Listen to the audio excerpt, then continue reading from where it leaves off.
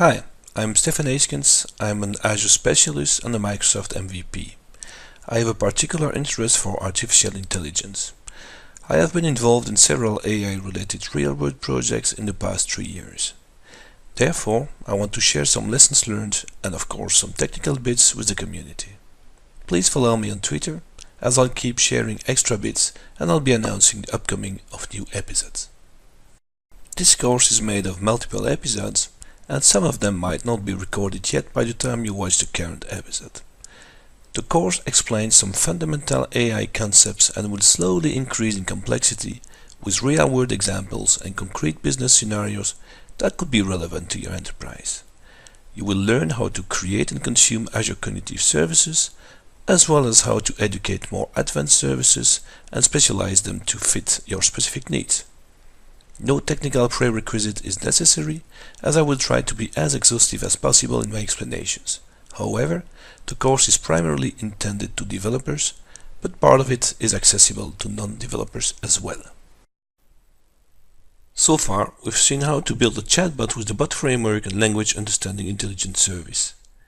We use Q&A Maker to deal with day-to-day conversations and to respond to IT-related questions. We've also seen how to perform natural search against SQL databases and SharePoint by leveraging yet another cognitive service, namely the Linguistic Analysis service.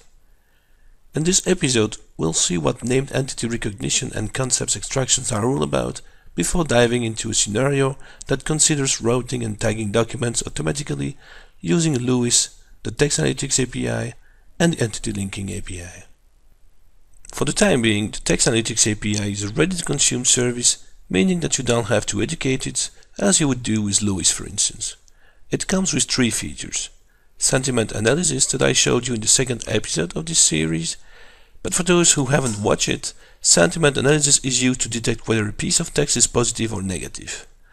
Sentiment analysis is often used in online reviews to detect whether people are positive or negative about an experience they encountered. In the enterprise context, sentiment analysis might be used against Yammer conversations to identify whether employees and partners are positive or negative on specific topics. That's just a use case. Language detection, as its name indicates, detects the language of a piece of text. 120 languages are currently supported. So you simply send a piece of text to the service and it will return you the language all languages should multiple languages be used in the text. Key phrases allow you to extract important words and phrases out of documents. However, I would not recommend to use them to tag documents directly because key phrases are sometimes a little bit chatty. I'll show you what I think is the best way to use this API in a few minutes. Unfortunately, in August 2017, Microsoft deprecated the topic detection feature. It's a pity, as topic detection was able to extract concepts and you could define thresholds in order to extract only the most recurring concepts out of a document or set of documents. To be honest, I originally intended to focus on that as I found it to be the most promising feature, but it was also by far the hardest one to leverage. In the previous episode, when I mentioned that the Text Analytics API was using background jobs, I was referring to the topic detection feature, but I did not know yet that Microsoft removed it from the service. For the time being, the Entity Linking API is also a ready-to-consume service that allows you to deal with named entity recognition, meaning the identification of words that correspond to a materialized instance in the physical world. Wow, you must wonder, what the hell is he talking about? Well, to give you a concrete example, persons, locations, companies, etc. are all materialized in the physical world. Even softwares are materialized in the form of bits and bytes. So that's what a named entity is all about. It also performs concept extraction. A concept is something of a more abstract nature. For instance, project management and document management are both concepts. You can't find a corresponding physical instance of these in the real world. Unfortunately, for the time being, the Entity Linking API only works with the English language and accepts a text of maximum 2 kilobytes, which is rather low. This ambiguation isn't really managed by the Entity Linking API. I'll show you later what that means, and I'll show you how the DBpedia Spotlight deals with this. Okay, now that I finished crying over the disappearance of the topic detection feature, let's see what else we can do with the Text Analytics API in its current state. Imagine that you want to offer your employees a new channel for uploading documents through a bot, instead of asking them to go to a given SharePoint site or any other location. While this sounds great as an end user, the system still needs to route documents to the right location and potentially add some tags on the fly. That's basically what we're going to do now. So here's the sequence we're going to follow. The user sends a document to our bot. We send its content to the Text Analytics API, where we identify the document language as well as the key phrases. We route the document according to the detected language. From there on, we have two choices. If we work with documents targeting a specific domain, we might simply send the extracted key phrase to Lewis to let it extract our business meaningful keywords from the key phrases. Remember, we saw in episode 3 how to create our own entities and how to train Lewis to make it understand our business. If, however, we work with generic documents, not bound to any particular domain, we could decide two routes here. Either we send the entire document to the Entity Linking API to extract imported entities and concepts, either we send the key phrases to the Entity Linking API. The deciding factor in this case is the size of the document. Remember the 2 KB limit of the Entity Linking API. For the time being, I think that the most obvious choice is to send the key phrases. Time for a demo. So here's a recap of the steps required to reach the objectives depicted earlier in the use case scenario.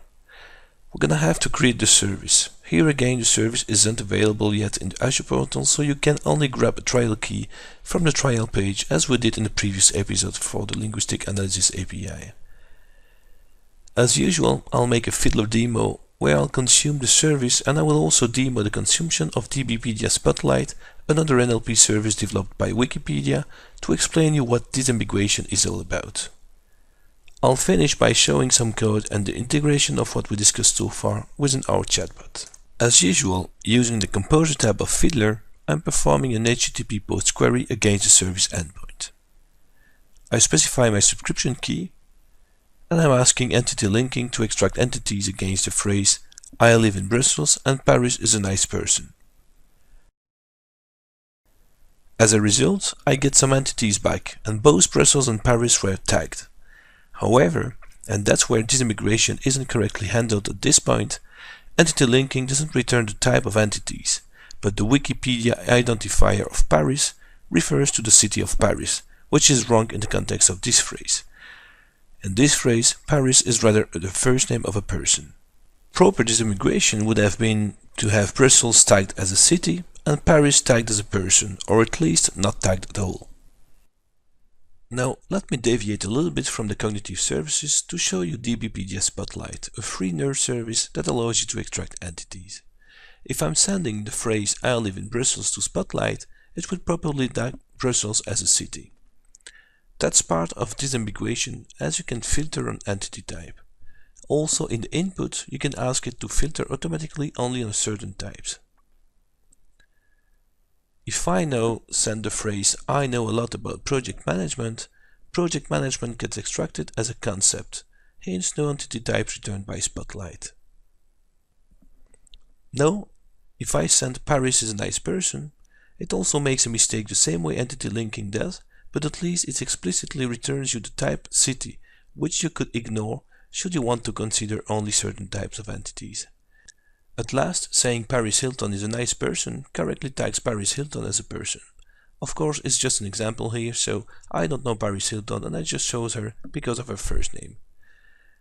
So, now why not using Spotlight instead of Entity Linking? Well, you could, as at the moment it's doing a better job, but you will never get any SLA associated to this service, so you're not guaranteed the service will be up and running, and you won't have any idea of what's done with the data you send. While when Entity Linking API will be globally available, you should have a typical SLA around the service. Okay, I showed you the consumption of a Text Analytics API with Fiddler in episode 2, so there is no need to show that again. Let's see directly the system in action here, and then we'll see how it's working from a code perspective. Remember, in our scenario we decide to work either with specialized documents, either with generic documents.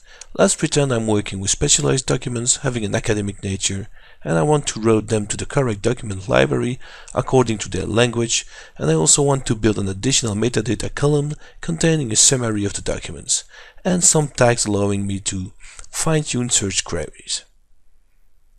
So here I'm uploading a document written in English that contains some information about a thesis. The bot replies with some information. At the top we have the keywords, and below we have a series of key phrases describing the document. So the bot sends the document to the Text Analytics API that extracted those key phrases, and then the bot sent the key phrases to a specialized LUIS application that extracted the most relevant keywords of these key phrases. I now have the information I need to fulfill my scenario's requirements. I can indeed concatenate the key phrases into an abstract column, or maybe take only the top 5 key phrases, and I can tag the documents using enterprise keywords with the tags found by LUIS. At the very bottom, you can see that Text Analytics API detected the language used in the document, so I can use this information to route the document to its final destination. So I repeat the same operation, but this time with some French content. Here you can see that some specific French words were extracted by the Text Analytics API. And of course the French language was also detected by the API. Back to our Visual Studio solution, I have added an extra NuGet package to open and read the Word documents that are sent to the bot. In the message endpoint, I start checking whether the message contains attachments or not.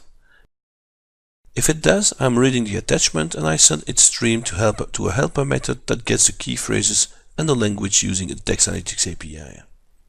As you can see, here I simply output the outcome of the analytics to the user. I'm not effectively uploading the document into a document management system, as my point here is just to demonstrate the use of LUIS in combination with the Text Analytics API and Entity Linking API. I count on you to extrapolate further on your own. Similarly, I showed you how Entity Linking API works with Fiddler, so in this code sample I decided to use LUIS and the Text Analytics API only as per my scenario, which consists in dealing with specific types of documents.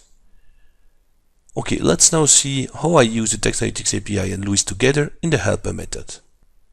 I start by getting the language of the document. One of the pain points here is clearly the fact that you have to call the Text Analytics API twice to get first the language and then the key phrases.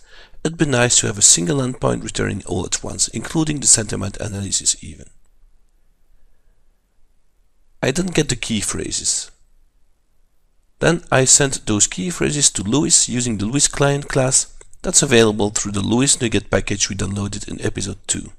I check whether the detected language is French or English in order to send the key phrases to the corresponding LUIS application.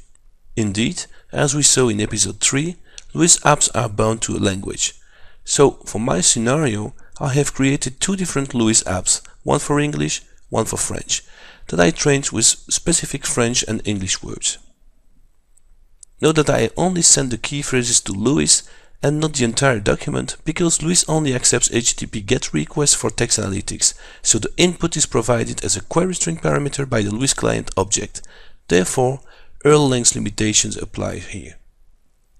I'm now storing the results of the LUIS analysis into a tag list.